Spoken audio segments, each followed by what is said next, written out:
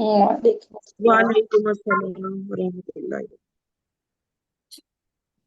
نحمده ونصلي على رسوله الكريم أما بعد فأعوذ بالله من الشيطان الرجيم بسم الله الرحمن الرحيم رب اشرح لي صدري ويسر لي أمري واحلل عقدة من لساني يفقهوا قولي ربنا زدنا علما اللهم فقهنا في الدين آمین یا رب العالمین۔ آغاز ہوتا ہے رکو نمبر 10 کا، سورہ نور چل رہی ہے، آیت نمبر 27 سے آغاز کرتے ہیں۔ دیکھتے ہیں کہ اللہ رب العزت کیا ارشاد فرماتے ہیں اس دعا کے ساتھ کہ اللہ تعالیٰ ہمارے لیے عمل کرنا آسان کر دیں، پڑھنا پڑھانا سیکھنا سکھانا، اور اس کو سمجھنا اللہ ہمارے لیے بہت آسان کر دیں۔ آغاز کرتے ہیں اس رکوع کا۔ اللہ تعالیٰ ارشاد فرماتے ہیں یا ایھا الذین آمنوا لا تدخلوا بیوتا غیر بیوتکم حتی تستأنسوا وتسلموا علی اہلہا۔ اے لوگو جو ایمان لائے ہو، اپنے گھروں کے سوا دوسرے گھروں میں داخل نہ ہوا کرو یہاں تک کہ تم انس معلوم کر لو اور اس کے رہنے والوں پر سلام بھیج دو۔ تمہارے لیے یہی بہتر ہے تاکہ تم نصیحت حاصل کرو۔ یعنی خاص طور پر اللہ تعالیٰ نے کیا فرمایا کہ بیوت غیر بیوتکم، اے لوگوں جو ایمان لائے ہو، اپنے گھروں کے سوا دوسرے گھروں میں داخل نہ ہوا کرو۔ اللہ رب العزت نے اپنے بندوں سے فرمایا کہ اسلام کے دین ہونے اور محمد کے رسول ہونے پر ایمان لائے ہو جو لوگ، اپنے گھروں کے سوا دوسرے کے گھروں میں بغیر اجازت کے گھر میں نہ داخل ہوا کرو۔ گھروں میں بغیر اجازت داخل ہونے پر پابندی اس کی لگائی گئی تاکہ معاشرے میں برائیوں کی پیدائش کا دروازہ بند کر دیا جائے۔ گھروں میں داخلے کی پابندی اسلام کے اصول کے مطابق ہے۔ اسلام خاندانوں اور گھروں کی چار دیواری کا احترام کرتا ہے، اس لیے وہ گھروں میں بغیر اجازت کے داخلے پر پابندی عائد کرتا ہے۔ اللہ تعالیٰ نے اپنے بندوں سے فرماتا ہے کہ وہ اپنے گھر کے سوا دوسرے گھروں میں اجازت لیے بغیر داخل نہ ہوا کریں، کیونکہ اس میں بہت سے نقصانات ہیں، جس کا ذکر کرتے ہوئے نبی کریم صلی اللہ علیہ وسلم نے فرمایا کہ اجازت طلبی نظر پڑنے سے بچاؤ کے لیے مقرر کی گئی ہے تاکہ آپ کی نظر نہ پڑے، اور اجازت طلبی میں خلل واقع ہو جانے سے گھر کے اندر ستر پر نظر پڑتی ہے، کیونکہ گھر انسان کے لیے باہر کے لوگوں سے ستر اور پردہ ہے۔ جیسے کپڑا جسم کو چھپاتا ہے، اس کے لیے ستر ہوتا ہے، یعنی اس کے جسم کو چھپاتا ہے، اس کی ستر کو چھپاتا ہے، اسی طرح سے گھر انسان کو چھپاتا ہے، وہ بھی اسی کی حیثیت رکھتا ہے۔ اجازت طلب کیے بغیر گھر میں داخل ہونا داخل ہونے والے کے بارے میں شک کا موجب ہے کہ وہ معلوم نہیں کس نیت سے آیا ہے۔ اس لیے ان تمام چیزوں سے بچنے کے لیے لازم ہے کہ انسان گھر والوں سے، اہل گھر والوں سے کسی داخلے کی اجازت طلب کرے۔ یہاں پر جو تستأنسو کا لفظ استعمال کیا گیا ہے، یعنی یہ لفظ جو ہے استئذانی کو استئناس کہا گیا ہے، یعنی اجازت طلب کرنا، یعنی گھر والوں سے انس حاصل کرو، یعنی کہ انس کے معنی کیا ہے کہ انس کے بعد ہی اجازت ملنے کا امکان پیدا ہوتا ہے، جب آپ کو اس سے کیا ہو کہ داخلے کی اجازت طلب کرنا۔ اور اس سے مراد کسی ایسی جگہ یا ایسے وقت میں داخل ہونے کی اجازت طلب کرنا جس کی اجازت چاہنے والے مالک کی نہ ہو، چاہنے والا مالک نہ ہو۔ دیکھیے ایک بڑی امپورٹنٹ بات کہ اگر جس کے گھر میں داخل ہونے کی اجازت طلب کر رہے ہو، اگر وہ اجازت نہ دے تو تب بھی تمہیں بغیر کسی عذر کے، بغیر کوئی برا منائے، تمہیں اس گھر سے واپس لوٹ جانا چاہیے۔ وَتُسَلِّمُوا عَلَىٰ أَهْلِهَا۔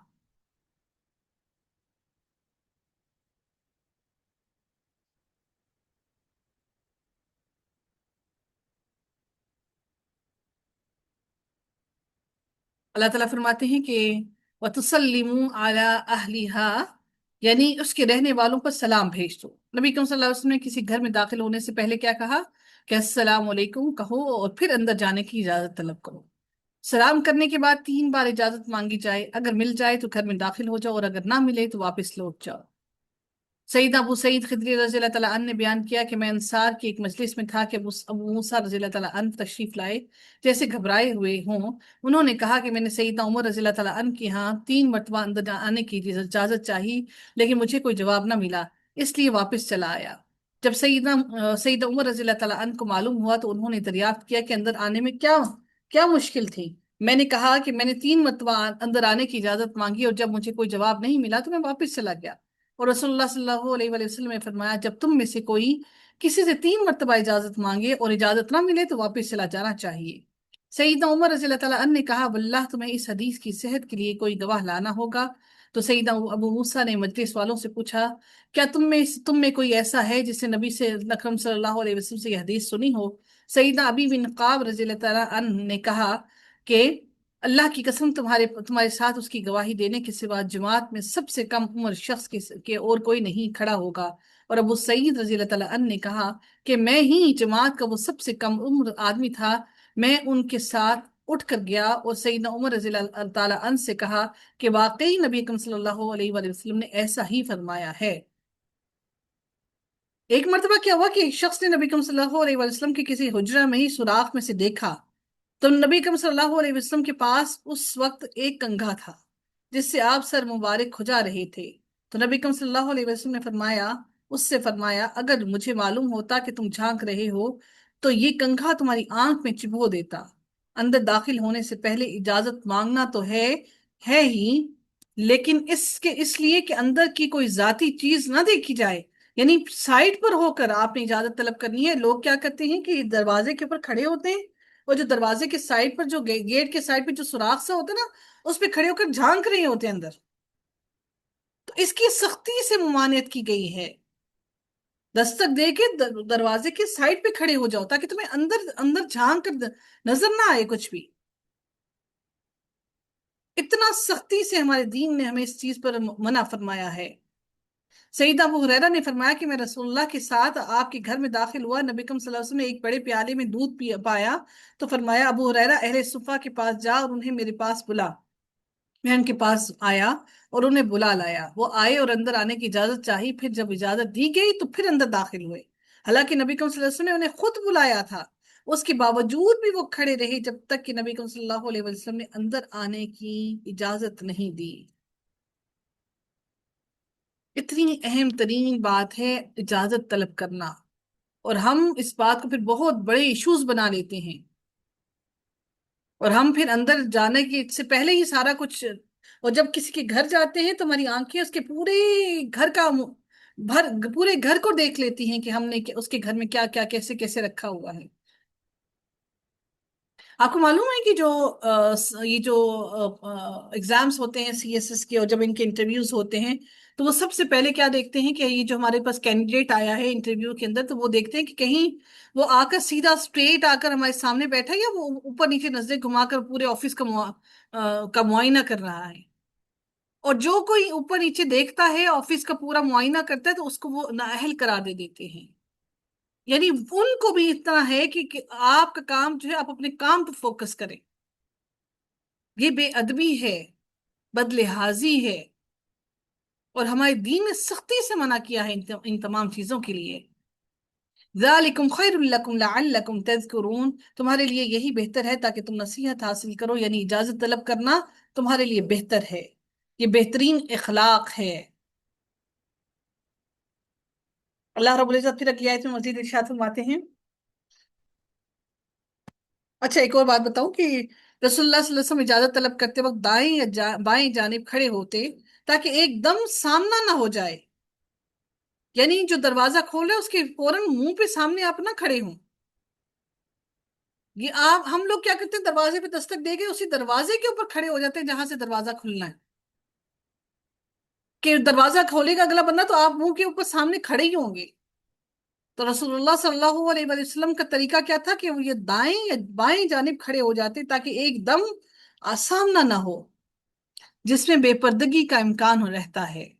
اگر آپ دائیں یا بائیں جانب کھڑے ہوں گے، آپ گیٹ کو اوپن کریں گے تو آپ آرام سے گیٹ کی اوٹ سے کھڑے ہو کر پوچھ سکتے ہیں، لیکن جو لوگ آگے گیٹ کے سامنے ہی آ کر کھڑے ہو جاتے ہیں آپ کیا کریں؟ یعنی اتنی بے ادبی، بدلحاظی، بدتمیزی ہمارے معاشرے کے اندر پھیلی ہوئی ہے۔ جیسا کہ سیدنا عبداللہ بن بصر رضی اللہ تعالیٰ عنہ سے روایت ہے کہ رسول اللہ صلی اللہ علیہ وسلم جب کسی کے دروازے پر آتے ہیں تو دروازے کے سامنے منہ کر کے نہ کھڑے ہوتے بلکہ دروازے کی چوکھٹ کے دائیں یا بائیں جانب کھڑے ہوتے اور کہتے السلام علیکم السلام علیکم۔ یہ ان دنوں کی بات ہے جب گھروں میں دروازے پر پردے نہیں تھے۔ اتنا لحاظ، اتنا اتنا ادب، اتنا خوبصورت ہمارے دین نے ہمیں سب کچھ سکھایا۔ پھر اللہ تعالیٰ اگلی آیت میں مزید ارشاد فرماتے ہیں فَإِن لَمْ تَجِدُوا فِيهَا أَحَدًا فَلَا تَدْخُلُوهَا حَتَّى يُؤْذَنَ لَكُمْ وَإِن قِيلَ لَكُمُ ارْجِعُوا فَارْجِعُوا هُوَ أَزْكَى لَكُمْ وَاللَّهُ بِمَا تَعْمَلُونَ عَلِيمٌ۔ پھر اگر تم کسی کو ان میں نہ پاؤ تو ان میں داخل نہ ہو حتیٰ کہ تمہیں اجازت دے دی جائے، اور اگر تم سے کہا جائے کہ لوٹ جاؤ تو تم لوٹ جاؤ۔ یعنی اگر تمہیں گھر میں کوئی موجود نہیں ہے تو اگر تم واپس چلے جاؤ، خالی گھر ہو تو پھر واپس چلے جاؤ، اور اگر تمہیں کوئی اندر آنے کی اجازت نہ دے تو واپس لوٹ جاؤ۔ دیکھیں ایک بات میں آپ کو بتانا چاہوں گی کہ اسی طرح سے ہمارے پڑوس میں سے کوئی خاتون آئی تو اس وقت میں واش میں آئی ڈونٹ نو کہ میں بات لے رہی تھی یا بچوں کو نہلا رہی تھی یا کچھ ایسا تھا، سردیاں تھی، تو صرف ان سے یہ کہہ دیا کہ ابھی بزی ہیں تو آپ تھوڑی دیر بعد آ جائیے گا، تو اس کے بعد دوبارہ وہ کبھی بھی نہیں آئے۔ تو یہ ہمارے دین نے ہمیں طریقہ سکھایا ہے، اور اگر کوئی مصروف ہیں تو آپ کو، یہ ہمارے پاکستان کے اندر یہ بہت بہت برا رواج ہے۔ آپ کسی کے گھر جاتے ہیں تو اجازت طلب کر کے جائیں، اور یہ مینرز ہیں، یہ طریقہ ہے۔ بدقسمتی سے یہودیوں اور عیسائیوں نے یہ طریقے سیکھ لیے، اور بدقسمتی سے ہم مسلمانوں کو یہ طریقہ، یہ ڈھنگ نہیں ہے۔ ہمیں چاہیے کہ ہم ان چیزوں کو سیکھیں اور اپنے آپ کو بہتر کریں، لیکن ہم اپنی توہین سمجھتے ہیں اس چیز کو۔ اللہ تعالیٰ پھر فرماتے ہیں کہ اور پھر اگر اجازت نہ ملے تو واپس لوٹ جاؤ، وہ تمہارے لیے زیادہ پاکیزہ ہے۔ کیوں زیادہ پاکیزہ ہے؟ کہ اگر تمہیں اجازت نہیں ملتی تو ممکن ہے کہ ہو سکتا ہے کہ وہ انسان کسی تکلیف میں، کوئی گھر کی پریشانی میں، کسی ایسی چیز میں مبتلا ہو کہ وہ تمہیں ویسی کمپنی نہ دے سکے، اور پھر تمہارے دل پر ایک زیادہ بڑا بوجھ لے کر تم واپس آؤ کہ دیکھو وہ ایسا تھا، اس نے ایسا کیا، اور جب وہ ہمارے پاس آتا ہے تو ہم اس کے ساتھ اتنا اچھا برتاؤ کرتے ہیں، سب کچھ کرتے ہیں۔ تو it's better today you have the facility, you can call anyone، کال کر کے اسے اجازت طلب کر کے وقت مانگ کر جائیے کسی کے گھر۔ ہوا ازکا لکم، یہ زیادہ پاکیزہ ہے تمہارے لیے۔ واللہ بما تعملون علیم، اور اللہ تعالیٰ وہ جانتا ہے جو تم عمل کرتے ہو۔ اللہ تعالیٰ پر فرماتے ہیں لیس علیکم جناح ان تدخلوا بیوتا غیر مسکونۃ فیہا متاع لکم واللہ یعلم ما تبدون وما تکتمون۔ تم پر کوئی گناہ نہیں کہ تم ایسے گھروں میں داخل ہو جاؤ جن میں رہائش نہیں رکھی گئی، جن میں تمہارے فائدے کی کوئی چیز ہو۔ یعنی ایسے گھر، تم پر کوئی گناہ نہیں کہ تم ایسے گھروں میں داخل ہو جاؤ جن میں کوئی رہائش نہیں رکھی گی، جن میں تمہارے فائدے کی کوئی چیز ہو۔ غیر مسکونتین کا مطلب سے مراد کے کامن پلیسز، پبلک سپاٹس، مسافر خانے، دکانیں، ہوٹل، سرائے وغیرہ، یہ سب اس میں شامل ہوتے ہیں۔ یہاں پر لوگوں کو بلا اجازت داخل ہونا جائز ہے۔ ان گھروں میں داخل ہونے میں کوئی حرج نہیں اور نہ ہی کوئی گناہ ہے۔ اس سے اس گھر میں بلا اجازت آنے کی اجازت مل رہی ہے جو غیر آباد ہوں۔ آباد سے مراد کیا ہوتا ہے؟ کہ وہاں پر مسلسل سکونت اختیار کی گئی ہو اور کسی کا پرسنل سامان نہ ہو۔ اور اللہ تعالیٰ جانتا ہے جو کچھ تم ظاہر کرتے ہو، جو کچھ تم چھپاتے ہو، اللہ تعالیٰ سب کچھ جانتا ہے۔ اللہ تعالیٰ اسی لیے اس سے تنبیہ کر رہا ہے ہم سب کو۔ قل للمؤمنین یغضوا من ابصارهم ویحفظوا فروجهم، آپ مومن مردوں سے کہہ دیں کہ وہ اپنی نگاہیں نیچی رکھیں اور اپنی شرمگاہوں کی حفاظت کریں۔ مومن مردوں سے کہا جا رہا ہے، عورتوں سے نہیں کہا جا رہا۔ پہلی بات مردوں کی گئی، ہم یہ تمام چیزیں صرف عورتوں کے ساتھ لگاتے ہیں۔ اللہ تعالیٰ فرماتے ہیں قل للمؤمنین یغضوا من ابصارهم، سب سے پہلے اپنی نگاہوں کی حفاظت کریں، ویحفظوا فروجهم، اور پھر اپنی شرمگاہوں کی حفاظت کریں۔ ہاں، یہ جو آج کل ہمارے بچے جو سکن ٹائٹ جینز پہن لیتے ہیں نا، یہ ان کے جسم کی حفاظت نہیں ہے۔ سکن ٹائٹ پینٹس پہننا، اور آج کل وہ جو نکرز پہن کر گرمیوں میں سارے گھوم رہے ہوتے ہیں، تو یہ غلط ہے، یہ ہمارے دین کا حصہ نہیں ہے۔ سطر کا حکم کب تب دیا جائے؟ اگر آپ کے پاس بالکل ہی کپڑے نہیں ہیں تو وہ گھٹنے سے نیچے تک ہے،